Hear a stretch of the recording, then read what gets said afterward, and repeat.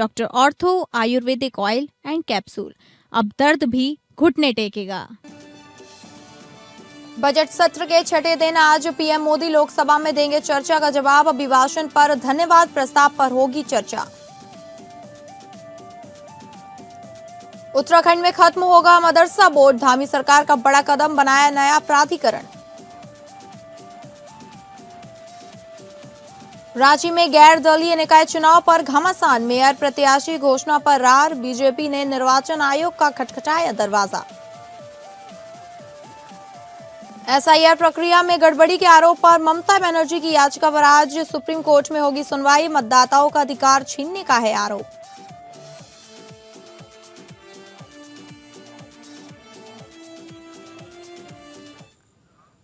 नमस्कार, आप सभी का स्वागत है और मैं हूं आपके साथ अंकिता सिंह। बुलेटिन की शुरुआत करेंगे बड़ी खबर का रुख लेकर, जहां बजट सत्र का आज छठा दिन है। पीएम मोदी लोकसभा में देंगे चर्चा का जवाब। अभिभाषण पर धन्यवाद प्रस्ताव पर चर्चा होगी। आपको बता दें, संसद के बजट सत्र का आज छठा दिन है और अब तक का सत्र लगातार हंगामे, निलंबन और तीखी राजनीतिक बयानबाजी से भरा रहा है। आज का दिन भी बेहद अहम माना जा रहा है। संसद में एक तरफ राष्ट्रपति के अभिभाषण पर धन्यवाद प्रस्ताव पर चर्चा होगी, वहीं दूसरी ओर विपक्षी सांसदों के निलंबन, राहुल गांधी को बोलने का मौका न मिलने का विवाद और प्रधानमंत्री नरेंद्र मोदी के संभावित संबोधन को लेकर सदन का माहौल गर्म रहने की पूरी संभावना है। बीते 2 दिनों में लोकसभा की कार्यवाही हंगामे के कारण बाधित हुई है। आज पीएम मोदी राष्ट्रपति के अभिभाषण पर धन्यवाद प्रस्ताव पर चर्चा का जवाब देंगे। राज्यसभा में भी कई अहम विधायी कामकाज सूचीबद्ध हैं। आज की चर्चा इसलिए भी खास है क्योंकि इसके जवाब में प्रधानमंत्री नरेंद्र मोदी के बोलने की संभावना है। सूत्रों के मुताबिक प्रधानमंत्री नरेंद्र मोदी आज शाम करीब 5 बजे लोकसभा में राष्ट्रपति के अभिभाषण पर धन्यवाद प्रस्ताव पर अपनी बात रख सकते हैं। माना जा रहा है कि पीएम मोदी बजट 2026 की प्राथमिकताओं, सरकार की उपलब्धियों, विपक्ष के आरोपों और हालिया हंगामे पर सीधा जवाब दे सकते हैं। हालांकि इससे पहले विपक्ष द्वारा सदन में हंगामे की आशंका भी जताई जा रही है। और ज्यादा जानकारी के साथ हमारे इनपुट हेड मनीष राज सिंह हमारे साथ जुड़ गए। मनीष, आज पीएम मोदी लोकसभा में चर्चा का जवाब देने वाले हैं, ये कितनी अपने आप में एक बात है, क्योंकि वो बजट सत्र को लेके भी कई मुद्दे उठाएंगे, इसको लेकर और क्या जानकारी है? देखिए, जिस तरीके से ये परंपरा है कि बजट सत्र के शुरुआत में राष्ट्रपति का अभिभाषण होता है, उसके बाद बजट पेश होता है, उसके बाद बजट पर चर्चा होती है और अंत में राष्ट्रपति के अभिभाषण पर चर्चा होती है और धन्यवाद प्रस्ताव किया जाता है। तो 2 दिनों से जो ये प्रकरण चल रहा है संसद में, वो काफी हंगामेदार रह रहा है।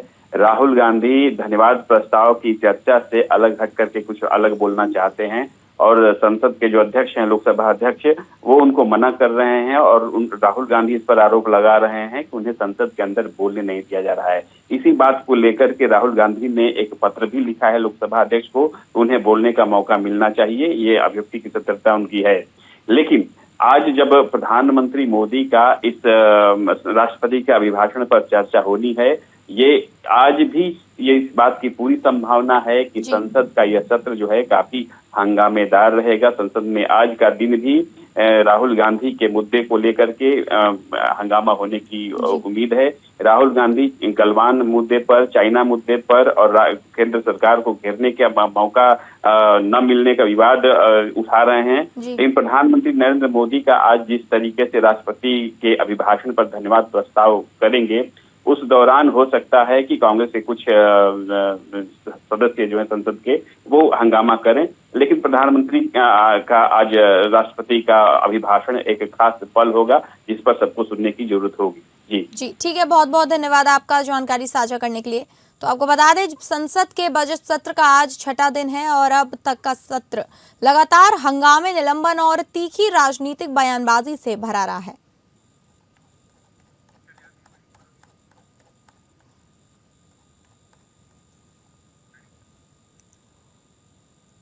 और अगली बड़ी खबर का रुख करेंगे, जहां राहुल गांधी ने लोकसभा स्पीकर को लिखी चिट्ठी। मुझे जानबूझकर चुप कराया जा रहा है।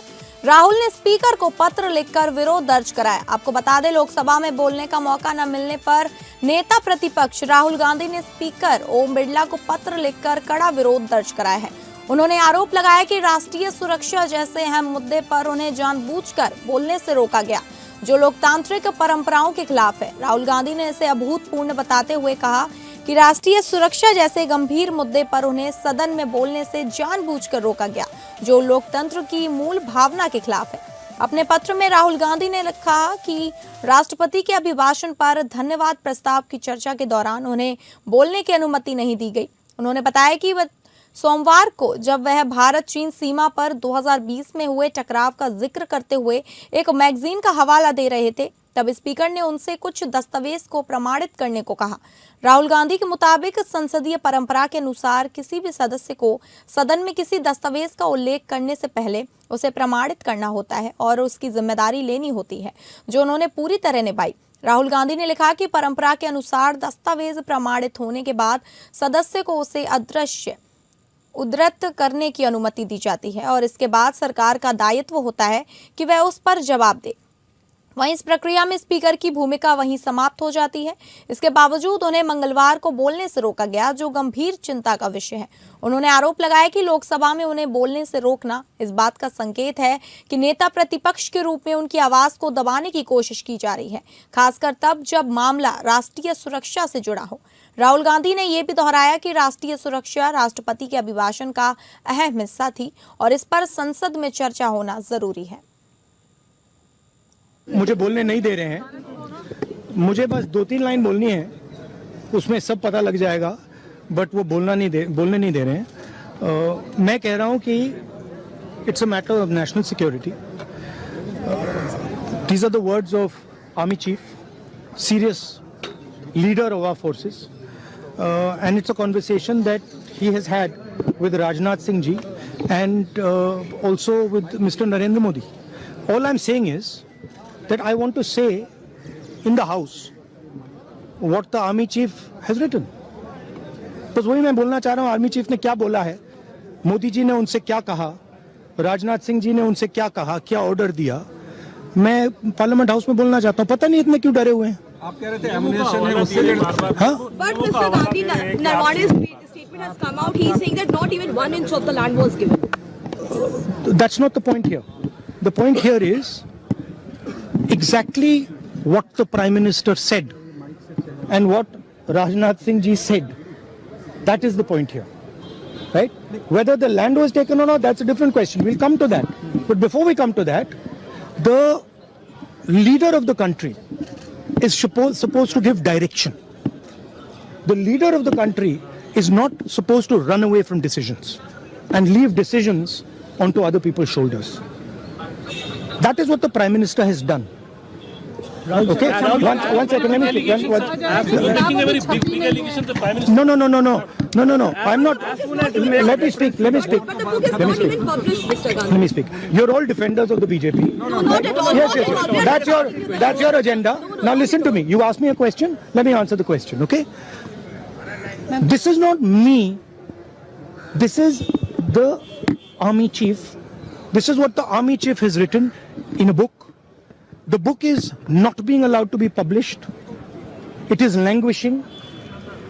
And this is the army chief's perspective, his view. Why are they so scared of the army chief's perspective? Why are they so scared of what the army chief has to say? We'll learn something from it. Of course, we'll learn something about our Prime Minister. We'll learn something about Rajnath Singh ji, but we'll also learn something about our army and how they were let down by the political leadership of the country. That's one second, brother. So that is ये मैं बोलने की कोशिश कर रहा हूँ. मैं ये कह रहा हूँ कि नरवणे जी ने प्रधानमंत्री जी के बारे में, राजनाथ सिंह जी के बारे में अपनी किताब में साफ लिखा है. वो एक आर्टिकल में आया है. मैं आर्टिकल को कोट कर रहा हूँ. मुझे बोलने नहीं दे रहे हैं. मैं नहीं बोल रहा हूँ. नरवणे जी ने ये किताब लिखी है. वो डरे हुए हैं क्योंकि अगर वो निकला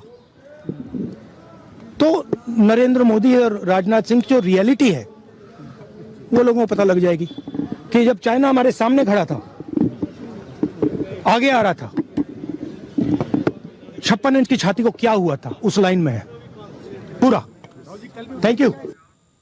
और अगली बड़ी खबर का रुख करेंगे। योगी के 1 ट्रिलियन इकोनॉमी विजन सरकार, भारत अमेरिका आर्थिक साझेदारी से उत्तर प्रदेश को मिलेगी नई उड़ान। टैरिफ में की गई ऐतिहासिक कटौती से यूपी को फायदा। सीएम योगी के 1 ट्रिलियन इकोनॉमी विजन को मिलेगी मजबूती। एमएसएमई, डिफेंस, फार्मा और टेक सेक्टर में निवेश के लिए खुलेगी राह। डिफेंस कॉरिडोर में तकनीक का होगा प्रवेश। भारत और अमेरिका के बीच हाल ही में संपन्न हुई आर्थिक साझेदारी और अमेरिकी टैरिफ में की गई कटौती ने उत्तर प्रदेश की औद्योगिक और आर्थिक संभावनाओं को नई दिशा दे रही है। अंतर्राष्ट्रीय एजेंसियां और आर्थिक विश्लेषकों के अनुसार अमेरिका ने भारतीय उत्पादों पर लागू टैरिफ को पहले के लगभग 50% स्तर से घटाकर औसतन 18% कर दिया है। यह निर्णय भारत अमेरिका व्यापार संबंधों में एक निर्णायक मोड़ माना जा रहा है। मुख्यमंत्री योगी आदित्यनाथ ने इसे भारत की बढ़ती वैश्विक स्वीकार्यता और आत्मनिर्भर अर्थव्यवस्था की बड़ी उपलब्धि बताते हुए कहा कि यह समझौता प्रधानमंत्री नरेंद्र मोदी के निर्णायक और दृढ़ नेतृत्व का परिणाम है, जिसमें भारत ने अपनी नीतियों पर अडिग रहते हुए वैश्विक शक्तियों के साथ समानता के आधार पर संवाद किया। मुख्यमंत्री योगी आदित्यनाथ ने फार्मा कॉन्क्लेव में स्पष्ट शब्दों में कहा कि 2014 से पहले जिस भारत को गंभीरता से नहीं लिया जाता था, आज वही भारत अपनी नीतियों पर दृढ़ रहते हुए वैश्विक शक्तियों को भी संवाद और सहयोग के लिए विवश कर रहा है। भारत अब अपनी शर्तों पर आगे बढ़ रहा है। अमेरिकी टैरिफ में की गई यह कटौती इसी बदले हुए वैश्विक दृष्टिकोण का प्रमाण मानी जा रही है।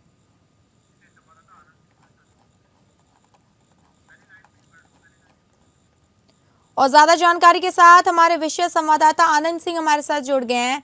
आनंद, योगी के 1 ट्रिलियन इकोनॉमी विजन अब उत्तर प्रदेश को मिलने वाला, ये बहुत ही अपने आप में बड़ी बात है। इसको लेकर और क्या जानकारी है?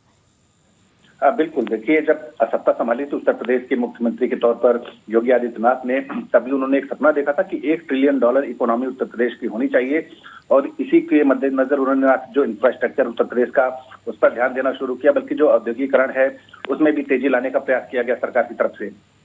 अब जबकि कल एक कार्यक्रम में मुख्यमंत्री बोल रहे थे तो उन्होंने स्पष्ट तौर पर यह कहा है कि जो भारत और अमेरिका के बीच आर्थिक साझेदारी होने जा रही है, जो व्यापार समझौता होने जा रहा है, जिसकी मुहर बयानों में अगर देखें तो चाहे राष्ट्रपति डोनाल्ड ट्रंप या प्रधानमंत्री नरेंद्र मोदी दोनों की तरफ से लग चुकी है, उसके बाद कहीं ना कहीं इसका सीधा लाभ उत्तर प्रदेश को मिलने वाला है, ऐसा मुख्यमंत्री योगी आदित्यनाथ का मानना है। और उनका साफ तौर पर यह कहना है कि जो टैरिफ कम किया गया है अमेरिका की तरफ से, उससे जो $1 ट्रिलियन इकोनॉमी का जो विजन है प्रदेश का, उसको मजबूती मिलेगी।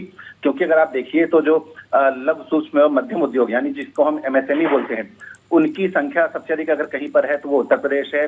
जो एक तरह से जो आप कह सकते हैं कि जो उत्तर प्रदेश की अर्थव्यवस्था की एक तरह से रीढ़ कही जाती है। इसके अलावा डिफेंस का क्षेत्र हो गया, चाहे फार्मा का क्षेत्र हो गया, तमाम ये सेक्टर है जहां पर नई राहें खुलेंगी जो समझौता अमेरिका के साथ हो रहा है। और इसी बात को मुख्यमंत्री योगी आदित्यनाथ ने दोहराया है कि टैरिफ कम होना उत्तर प्रदेश के जो कारीगर हैं, जो कारोबारी हैं, उनके लिए राहें आसान करेगा। और साथ ही साथ जो समझौता होने जा रहा है उसका असर भी उत्तर प्रदेश की इकोनॉमी पर देखने को मिलेगा। और जो $1 ट्रिलियन इकोनॉमी का सपना है प्रदेश का, उसे पूरा होने में आसानी होगी। जी ठीक है, बहुत बहुत धन्यवाद आपका जानकारी साझा करने के लिए। झारखंड में नगर निकाय चुनाव गैर दलीय आधार पर कराए जाने के राज्य सरकार के निर्णय के बावजूद झारखंड मुक्ति मोर्चा सरकार द्वारा पार्टी के लेटर पैड पर मेयर प्रत्याशी के नाम की घोषणा किए जाने से सियासी विवाद गहरा गया है। इस मामले को गंभीरता बताते हुए भारतीय जनता पार्टी ने राज्य निर्वाचन आयोग का दरवाजा खटखटाया है। भाजपा के एक प्रतिनिधि मंडल ने राज्य निर्वाचन आयोग को लिखित शिकायत सौंपते हुए आरोप लगाया है कि झामुमो ने चुनावी नियमों और आदर्श चुनाव आचार संहिता का खुला उल्लंघन किया है। भाजपा ने इस पूरे प्रकरण में संबंधित पार्टी पदाधिकारी और घोषित उम्मीदवार के खिलाफ प्राथमिकी दर्ज करने की मांग की है।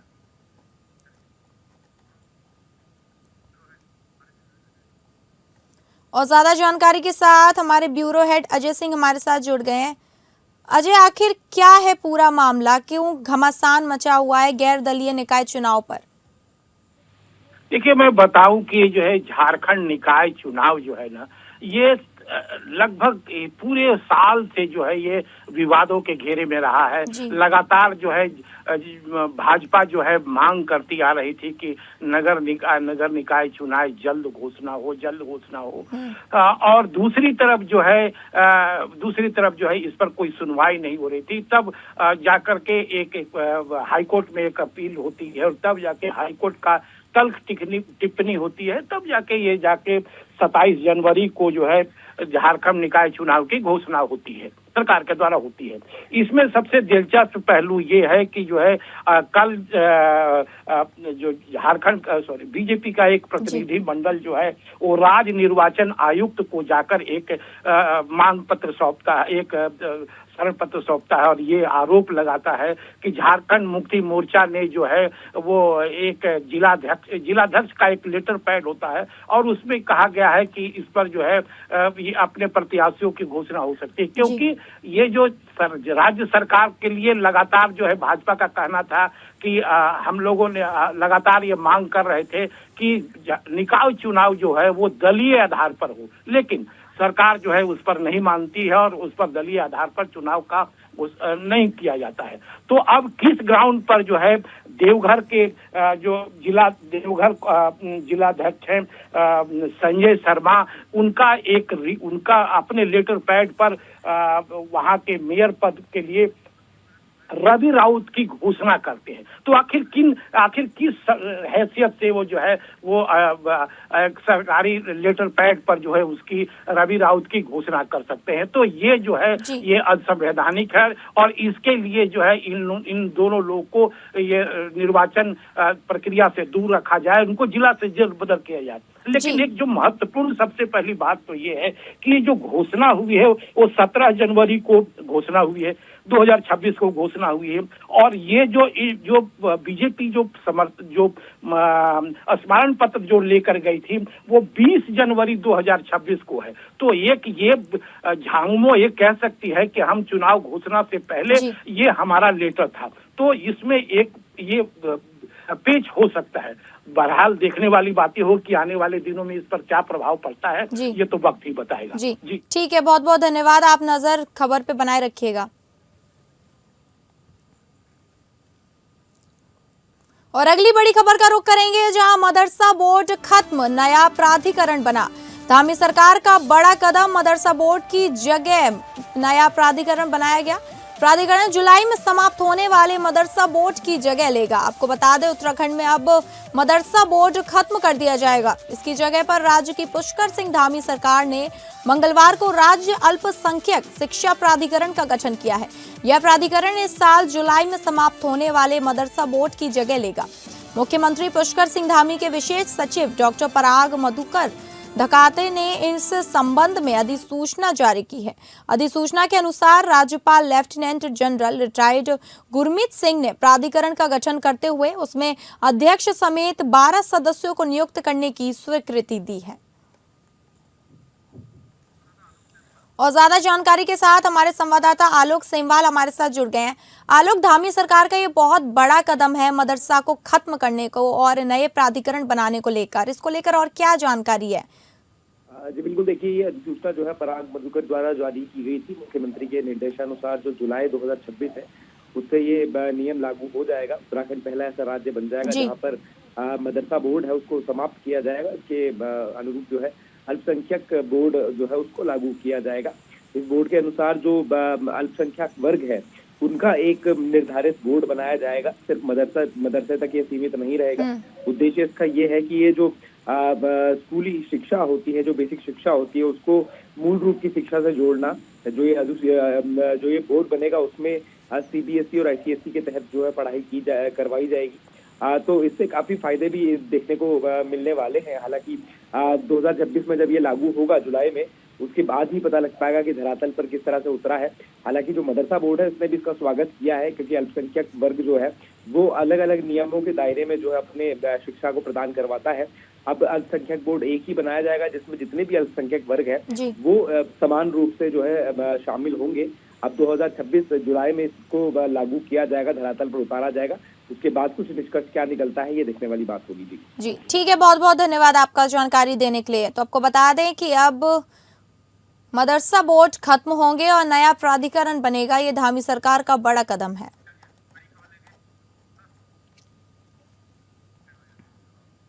और अगली बड़ी खबर का रुख करेंगे। एसआईआर प्रक्रिया में गड़बड़ी का आरोप, ममता बनर्जी की याचिका पर आज सुप्रीम कोर्ट में सुनवाई, मतदाताओं का अधिकार छीनने का आरोप।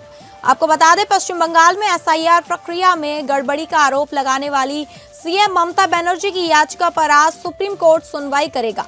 ममता बनर्जी ने चुनाव आयोग पर राजनीतिक मंशा से काम करने का आरोप लगाते हुए कहा कि जिस तरीके से एसआईआर प्रक्रिया को अंजाम दिया जा रहा है, उससे वंचित तबके से जुड़े लाखों मतदाताओं का अधिकार छीन जाएगा।